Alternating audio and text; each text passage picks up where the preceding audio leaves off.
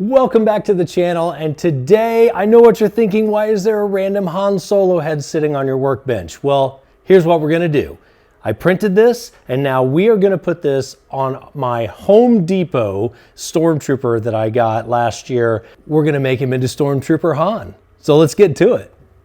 Thank you so much for supporting our channel. Make sure that you hit that like button down below, subscribe, leave a comment, because it's those things that help support this channel for free and let us do more content for you. So a while back, I posted a video on modifying your Home Depot Stormtrooper, and I will leave a link up here in the top corner where you can go up there and watch that video of I changed the shoulder pauldrons, made them a little better, and also put a helmet stand basically on the Mannequin so that you can put a better helmet on that, such as a Black Series or a vacuum formed helmet, because the one that came with it, it's not all that great, but it works. Recently, one of our subscribers reached out and Brian said, you should make a Stormtrooper Han. So I already had this file from a bust that I had done in my basement of Han Solo from a while back. I decided I would do a second Han Solo head. I will leave the information here on the screen of what I scaled it up to and what procedures I used on my printer. So this project was a ton of fun. Always like to paint things like this. It's just fun.